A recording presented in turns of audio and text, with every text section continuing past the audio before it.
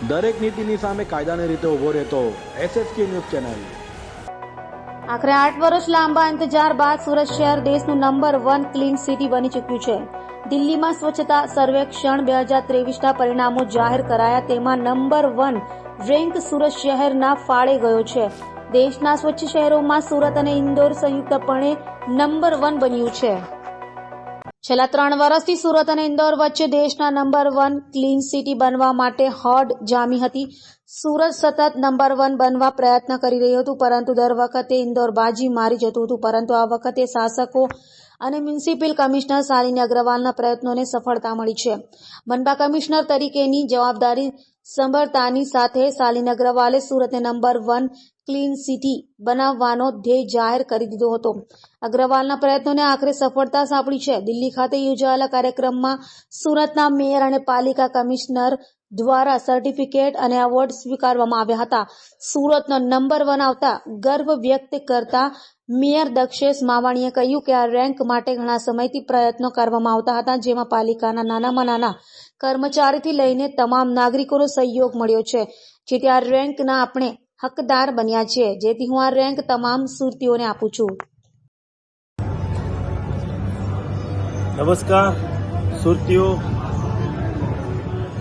સુરતીઓના યોગદાન અને સહયોગથી સુરત શહેર સુરતીઓના દિલમાં સતત ધબકતું રહે છે અને આજે આખા દેશમાં, ભારત દેશમાં સુરત સ્વચ્છતામાં નંબર 1 રેન્ક પ્રાપ્ત કર્યો છે। આદરણીય રાષ્ટ્રપતિના હાથે આ એવોર્ડ સુરત મહાનગરપાલિકાએ પ્રાપ્ત કર્યો છે। સ્વચ્છતાના આગ્રહી સતત રહેતા આદરણીય નરેન્દ્રભાઈ મોદી સાહેબના નેતૃત્વમાં સુરત સ્વચ્છતામાં અગ્રહરોળમાં સતત કામ કરવા પ્રયત્નશીલ રહ્યું છે। મન કી બાતમાં પણ આદરણીય પ્રધાનમંત્રી નરેન્દ્રભાઈ મોદી સાહેબે સુરતની સ્વચ્છતાની વાત કરી હતી। તે બદલ હું આદરણીય પ્રધાનમંત્રીશ્રીનો આભાર વ્યક્ત કરું છું। તમામ સુરતીઓ વતી ગુજરાતના મુખ્યમંત્રી ભૂપેન્દ્રભાઈ પટેલ સાહેબ અને ગુજરાત પ્રદેશના યશસ્વી અધ્યક્ષ CR પાટીલ સાહેબના બહુમૂલ્ય માર્ગદર્શન હેઠળ સુરત શહેરના તમામ વોર્ડમાં કોર્પોરેટરે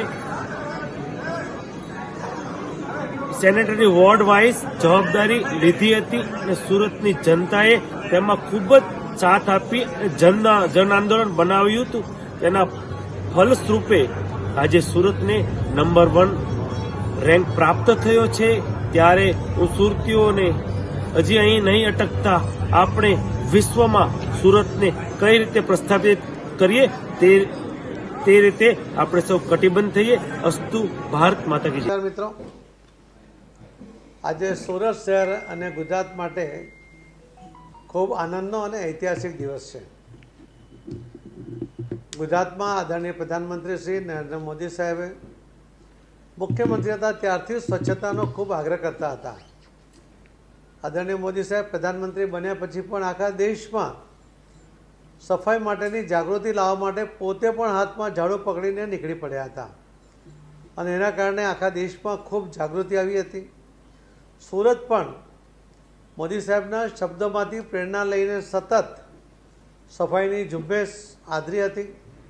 વર્ષો પહેલાં ગંદકીના સામ્રાજ્યને કારણે સુરત જે બદનામ હતું, એના બદલે છેલ્લા કેટલાક વર્ષોથી સુરત સ્વચ્છતામાં બીજા નંબરે આવતો હતો। ખૂબ અફસોસ પણ થતો હતો। સુરતના શહેરીજનો, સુરતના કોર્પોરેટરશ્રીઓ, પદાધિકારીઓ, સુરતના અધિકારીઓ, કોર્પોરેશનના અને કર્મચારીઓ અને અન્ય જે સુરતીઓ એ પણ ખૂબ પ્રયત્ન કરતા હતા, છતાં પણ દર વખતે બીજો નંબર આવતો હતો। આ વખતે પણ આદરણીય પ્રધાનમંત્રી શ્રી નરેન્દ્ર મોદી સાહેબ જ્યારે ગુજરાતમાં સુરતમાં ડાયમંડ બુશના લોકાર્પણ માટે આવવાના હતા, એના પહેલાં એમની એક સૂચના હતી કે 1 અઠવાડિયું સુરતમાં સફાઈ થવી જોઈએ અને એક માઇક્રો સફાઈની આખી ઝુંબેશ કોર્પોરેશનના પદાધિકારીઓ, કોર્પોરેશનના અધિકારીઓ, કર્મચારીઓ સાથે સુરતના શહેરીજનોએ ગલી ગલીમાં જે ઝુંબેશ આદરી, એનું પરિણામ આજે આપણને મળ્યું છે ને આજે પહેલીવાર સુરત સ્વચ્છતામાં પહેલો નંબર પ્રાપ્ત કર્યું છે। એના માટે સુરતના સૌ શહેરીજનોને ખૂબ ખૂબ અભિનંદન આપું છું. સુરત મહાનગરપાલિકાના પદાધિકારીઓને, મેયર, સ્ટેન્ડિંગ કમિટીના ચેરમેન, માજી મેયર, એમના માજી ચેરમેન, એમના સૌ કોર્પોરેટરો, સૌ કમિશનર અને બીજા અધિકારીઓ અને કર્મચારીઓ કે જે કર્મચારીઓની જહેમતને કારણે આ સફાઈ ઝુંબેશ સફળ થઈ છે. સુરતના શહેરીજનોની મદદ અને એમનામાં આવેલી જાગૃતિને કારણે જે એમણે સપોર્ટ કર્યો છે, આ સપોર્ટને કારણે આજે સુરત આ પહેલા નંબરે આવ્યું છે. આપણા માટે ગર્વની વાત છે, આનંદની વાત છે અને આ ઐતિહાસિક દિવસ એ આપણા માટે અત્યારે ગુજરાતનું આ એકમાત્ર શહેર જે 7 સ્ટાર સાથે પહેલા નંબરે આવ્યું છે. તો આ નંબર જાળવવો, આ સ્વચ્છતા જાળવવી, એના માટે જાગૃત રહેવું અને બાકીના લોકોને પણ જાગૃત કરવા એવી પણ મારી સૌ સુરતીજનોને ખૂબ ખૂબ આગ્રહપૂર્વક વિનંતી પણ છે. અને ગુજરાતના સૌ લોકોને પણ આ સુરતના ઐતિહાસિક આજે જે એને પહેલો નંબર મળ્યો છે એના માટે આપ સૌ પણ પોતપોતાના શહેરોમાં, પોતાના ગામમાં આ રીતે સ્વચ્છતાનો આગ્રહ આદરણીય પ્રધાનમંત્રી મોદી સાહેબના જણાવ્યા મુજબ કરશો એવી વિનંતી પણ છે. આપ સૌને, સૌ ઇલેક્ટ્રોનિક મીડિયા અને પ્રિન્ટ મીડિયા એમણે પણ જે સાથ સહકાર રહ્યો, એમણે પણ જે રીતે જાગૃતિ ફેલાવવામાં મદદ કરી, સ્કૂલના વિદ્યાર્થીઓએ પણ જે મદદ કરી, એ બધાનો સૌનો ખૂબ ખૂબ આભાર માનું છું. ધન્યવાદ. સુરત શહેરને આજે સમગ્ર ભારત દેશમાં સ્વચ્છતા સર્વેક્ષણમાં પ્રથમ ક્રમાંક મળ્યું છે અને પહેલીવાર સુરત સમગ્ર દેશમાં પ્રથમ ક્રમે આવ્યું છે. એમના માટેનું આખું શ્રેય સુરત શહેરના શહેરીજનોને જાય છે. આપને હું સુરત મહાનગરપાલિકા તરફથી ખૂબ ખૂબ અભિનંદન પાઠવું છું. સાથે સાથ અમારી ચૂંટાયેલી પ્રતિનિધિઓની ટીમ, MP શ્રી, MLA શ્રીઓ, એડમિનિસ્ટ્રેટિવ વિંગ અને સુરત શહેરના શહેરીજનો આ સફળતા માટે બધાનું જ સાથ સહકાર મળ્યું છે, એટલે તમામને હું ખૂબ ખૂબ આભાર માનું છું. માનનીય વડાપ્રધાન શ્રી નરેન્દ્રભાઈ મોદી સાહેબના માર્ગદર્શન હેઠળ અને ગુજરાત સરકારના માનનીય મુખ્યમંત્રી શ્રી હેઠળ સુરત શહેરને આ ઉપલબ્ધિ હાંસિલ થઈ છે અને ભવિષ્યમાં પણ સુરત શહેર સ્વચ્છતા સર્વેક્ષણમાં સૌથી આગળ રહેશે અને શહેરીજનોનું એવી રીતે જ અમને સાથ સહકાર મળતું રહેશે એવી અપીલ પણ કરું છું.